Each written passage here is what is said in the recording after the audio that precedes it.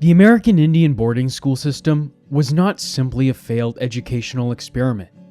It was a deliberate attempt to erase Indigenous identity and restructure Native societies from the inside out.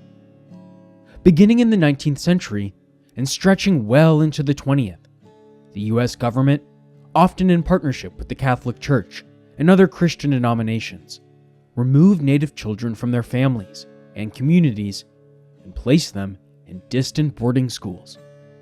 The goal wasn't education in the traditional sense, but assimilation, to, quote, kill the Indian, save the man. From the start, these schools were designed to sever children from their cultures. Students as young as 4 were forcibly taken from their homes, forbidden from speaking their languages, stripped of traditional clothing and names, and prohibited from practicing their spiritual customs. Physical, emotional, and sexual assaults were rampant. Many children died from illness, neglect, abuse, or despair, and were buried in unmarked or poorly recorded graves. As a result, the full number of those lost remains unknown. Making matters worse, the effort was state-sponsored. The 1819 Indian Civilization Fund Act and the 1869 Peace Policy enabled and funded these efforts, entrusting religious organizations with the operation of schools. By 1926, roughly 83% of Native school-age children were enrolled in such institutions. Churches and the federal government alike have yet to fully account for their roles in this legacy of abuse. But long before boarding schools became federal policy, colonial leaders had already laid the groundwork for what would eventually become a system of forced assimilation. The idea was simple, yet deeply harmful. If Native people couldn't be eliminated through war or disease, then they needed to be, quote, civilized. That meant stripping away Native culture and replacing it with the customs, religion, and language of white America. This wasn't just a fringe belief. In 1789, US leaders like Henry Knox were already pushing for policies that would assimilate Native people, especially children. Knox called for efforts to, quote, impart our knowledge to Indigenous people, rather than destroy them. But behind the flowery words was a darker truth: the assumption that Native lifeways were inferior, and that their survival depended on adopting white agrarian culture. Thomas Jefferson took it a step further in 1803, telling the Choctaw Nation that farming and spinning would serve them better than hunting, and that by following the white man's example, they might someday, quote, multiply like Americans had. The earliest experiments with Native education in the 1600s were religious in nature. Catholic and Protestant missionaries founded mission schools to bring Christianity to Native children. These included places like St. Mary's in Maryland and Harvard Indian College in Massachusetts. The goal was less about education and more about conversion, to, quote, save Native souls by erasing their traditions and replacing them with English and Christian teachings. Girls, though, were rarely educated, and students were mostly chosen for political reasons, such as being the children of powerful Native leaders. By the 1700s and early 1800s, more formal efforts began. Schools like Dartmouth College and the Foreign Mission School in Connecticut enrolled Native boys, not to prepare them for leadership within their own communities, but to turn them into missionaries and cultural intermediaries who would bring European religion and values back to their people. Things accelerated in the 1800s as the US expanded westward. Indian removal policies forced many tribes out of the Southeast and Great Lakes and onto reservations further west. The US promised to provide education as part of these land cessions. Christian groups flooded into reservation lands, eager to open mission schools and push assimilation even further. The Choctaw were among the first to create their own schools for both girls and boys, though many other tribes were forced to accept schools run by outsiders. After the Civil War, with the Indian Wars still raging and Western settlement booming, the US government doubled down on assimilation. Reformers believed that Native people had to either adapt to white American life or be left behind. This belief drove the creation of off-reservation boarding schools. These schools were often far from tribal communities, and children were taken, or coerced, into attending. Initially, each reservation was only allowed one religious group to run its schools, but various churches soon fought for access, sometimes even competing to convert Native children. Though boarding schools got most of the attention, day schools were also built as part of the assimilation push. They were cheaper and stirred less resistance among Native parents. Schools like the Fallon Indian Day School, opened in Nevada in 1908, reflected the federal push to educate and assimilate Native children, whether or not they lived near a boarding school. Survivors offered first-hand accounts of their traumatic history. Children were punished with violence for speaking their native languages, made to endure humiliating punishments, and were often sexually abused by staff or other students. Many endured beatings, starvation, and dehumanization that left physical and psychological scars for life. Some children died from neglect, while others simply stopped eating, succumbing to loneliness, fear, and hopelessness. The loss of language, culture, parenting traditions, and spiritual foundations has led to deep wounds in Native communities. These manifest today in high rates of suicide, substance abuse, mental illness, incarceration, and poverty. Scientific research, including epigenetic studies, supports the idea that trauma can be biologically inherited, further explaining the long-term damage caused by boarding schools. To understand more of what these specific schools entailed, here's a deeper dive into a few of the most infamous and harrowing institutions found dotting the forgotten landscapes of the American frontier.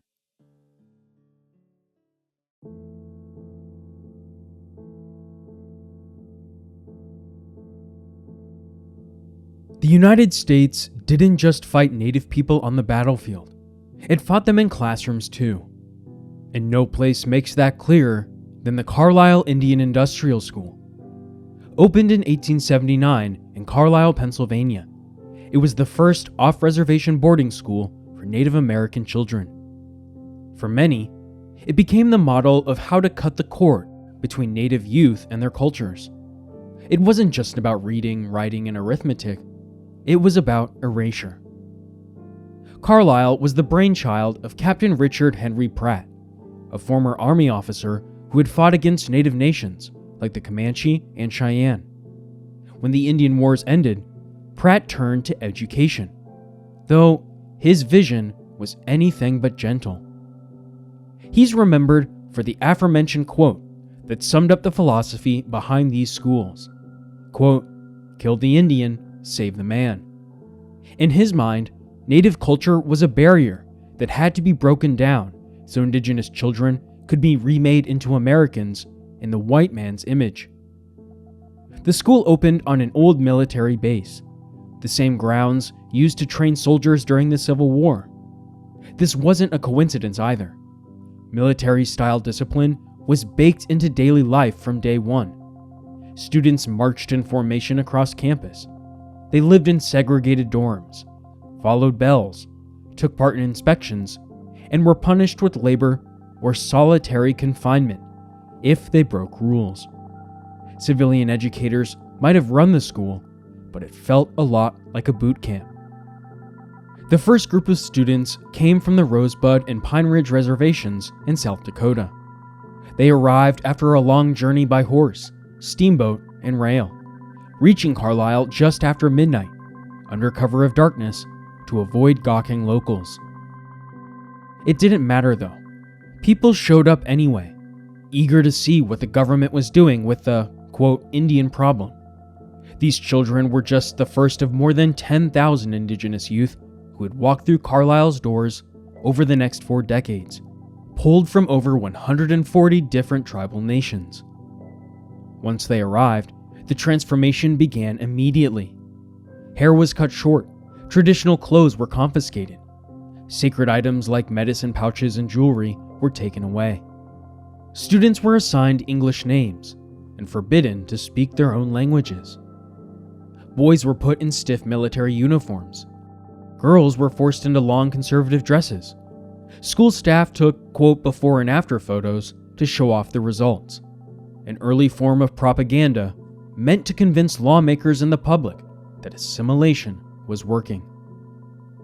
Class time was split between academics and hands-on training. The boys learned trades like carpentry, metalwork, and blacksmithing. The girls were taught domestic labor, cooking, sewing, laundry, and caregiving. Outside the classroom, students were sent on outings to live and work with white families during school breaks. There, they practiced English and earned small wages, while being kept far away from their actual families and cultures. Despite its harshness, Carlisle was busy. Students played on sports teams, joined debate clubs, and marched in bands. The most famous graduate was Jim Thorpe, a sack and fox athlete who would go on to win Olympic gold and play professional sports, such as the NFL. The school band even played in presidential parades. These moments of recognition, however, didn't change what the school was built to do: force Native children to abandon their natural identity. By 1918, the school had closed, and the Army took back the property to use as a hospital during World War I. Today, those same buildings house the U.S. Army War College. But the legacy of Carlisle hasn't faded. Families of former students still visit the site to remember their ancestors, many of whom never returned home. Carlisle is now seen as a symbol, not of education, but of a campaign to wipe out Native identity through the very children meant to carry it forward. It was a school that tried to replace culture with conformity, and in doing so, helped spark generations of trauma that Native communities are still working to heal.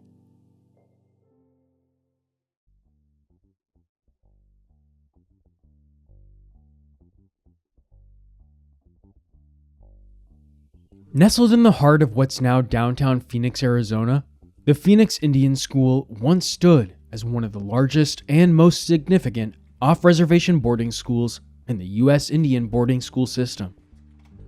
Founded in 1891 by the Bureau of Indian Affairs, it was part of the nationwide push to assimilate Native children into Euro-American society. Phoenix wasn't the first school to do it, but it quickly grew into one of the most prominent. The school's doors opened on 160 acres of land in Encanto Village, after government agents spent over a year searching for a proper site. It began as a full-service school, educating young children as well as teens. By the mid-1930s, it had shifted its focus solely to high school students. But from its earliest days, Phoenix followed the same blueprint laid down by Carlisle: obedience, labor, and forced transformation. By 1896, just 5 years after opening, the school had ballooned to nearly 400 students. That number would almost double by the turn of the century. Much of this growth came under the leadership of superintendents like Wellington Rich, Harwood Hall, and later, Samuel McCohen. To support the flood of new arrivals, administrators built out the campus. A girls' dormitory, a hospital, and other structures took shape. But what the school expanded in size, it lacked in depth. Academics were minimal. By 1897, only 4 academic teachers were on staff. The focus wasn't on education in the traditional sense. The real priority was vocational training. At Phoenix, Native boys were expected to learn trades like bookkeeping or carpentry. Girls were taught the same domestic work as taught at Carlisle. Many students were pushed into the outing system, where they were sent off campus to work jobs around the city, mostly low-paying manual labor positions. The stated goal was cultural immersion, but it was often little more than cheap labor. Unlike Carlisle, where students might live with a host family, students at Phoenix were typically contracted out to work without that level of supervision or support. Abuse and exploitation weren't uncommon, and the promise of assimilation through employment quickly rang hollow. As Superintendent McCohen pushed enrollment even higher, overcrowding became a serious problem. New dorms were built, but the campus still struggled to keep up.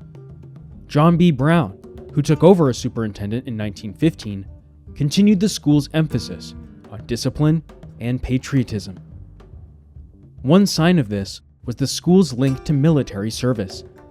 In 1912, a company of Arizona's National Guard was formed from older Phoenix Indian School students, the first all-native Guard unit in the country. During World War I, dozens of Phoenix students and alumni enlisted to fight for a country that still hadn't granted them full citizenship. That act of service helped shift public opinion, though, eventually leading to the Indian Citizenship Act in 1924. But beneath the surface, conditions at Phoenix Indian School were grim. Like many boarding schools, it was plagued by poor sanitation, overcrowding, and a lack of proper medical care. These conditions created the perfect breeding ground for disease. Tuberculosis, measles, and other illnesses spread quickly. Staff were often untrained and underpaid. Children with symptoms weren't isolated, and sometimes families weren't even informed when students became ill or when they died. The 1928 Merriam Report pulled back the curtain on what was happening. It painted a damning picture of life inside many boarding schools, including Phoenix. Malnutrition, overwork, and neglect were common. At Phoenix, a measles outbreak in late 1899 turned deadly. In just 10 days, over 300 students caught the illness. More than 60 developed pneumonia, and 9 died. For some, that episode became a symbol of everything wrong with the system. The report revealed that Native students across the country were dying at rates more than 6 times higher than their white peers, and much of it could be traced back to how these schools were run. Despite these tragedies, Phoenix Indian School continued operating for decades. The assimilation era may have faded, but its impacts on generations of Native families remains. Many students left the school stripped of their sense of self. Some never made it home at all. Today, the land where the school once stood is a city park. A few of the original buildings still stand as reminders, not just of an educational institution, but of a system designed to erase. And as descendants of former students reflect on that legacy, Phoenix Indian School remains a powerful symbol of what was lost, what survived, and what must never be forgotten.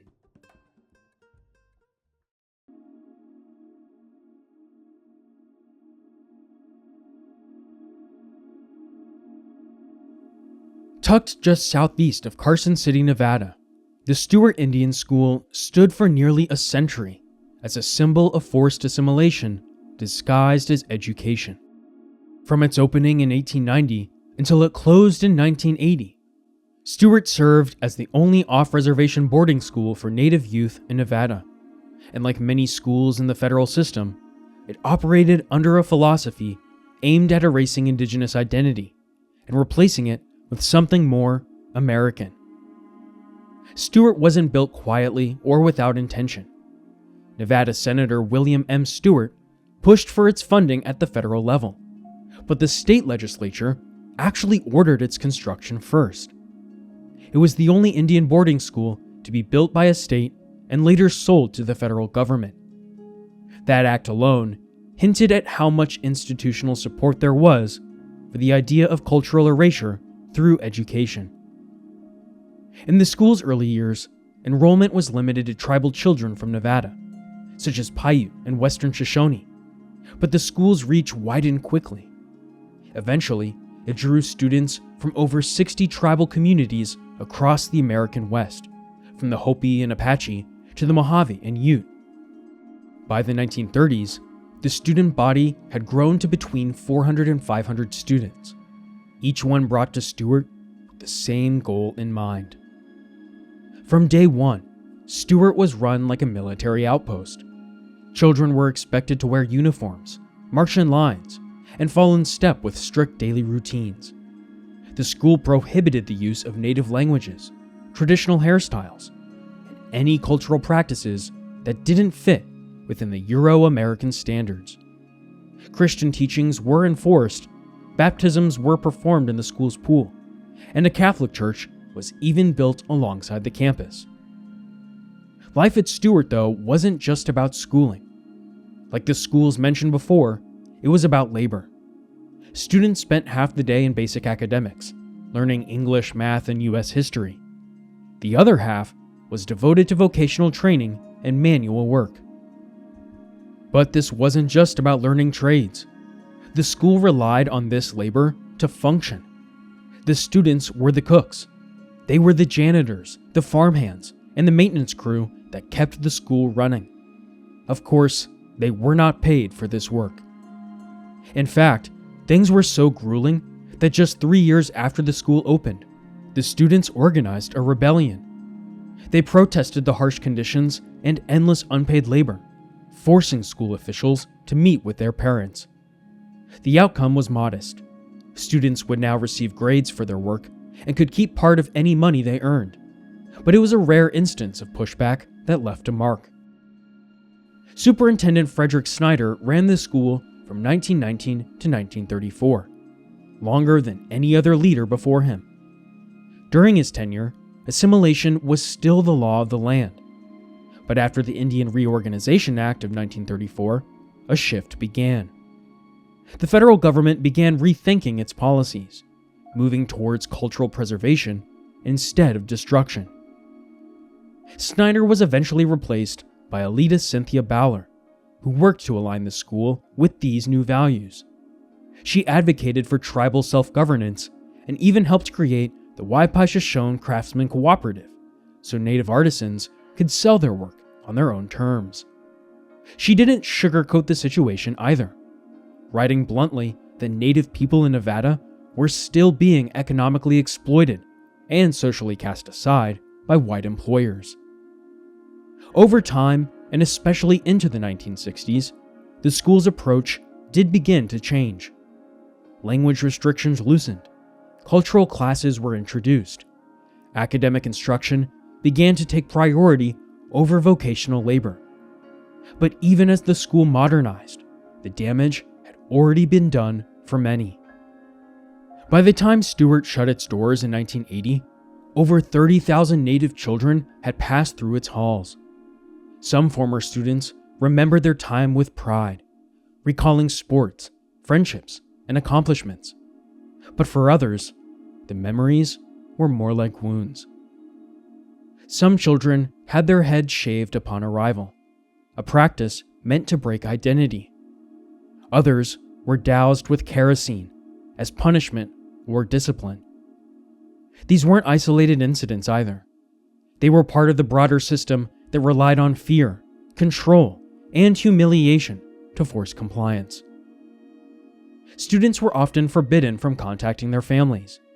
Some died in the school's care, with little explanation given to their relatives. The trauma these children endured didn't end when the school year did. It followed them into adulthood and lingered across generations.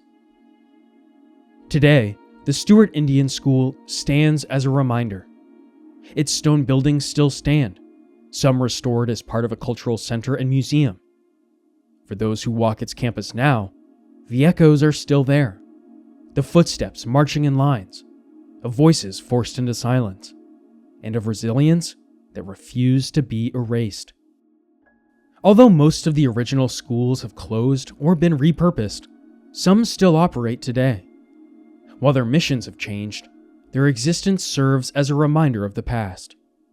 Native children are still disproportionately removed from their homes and placed in foster care, echoing the removal policies of the boarding school era.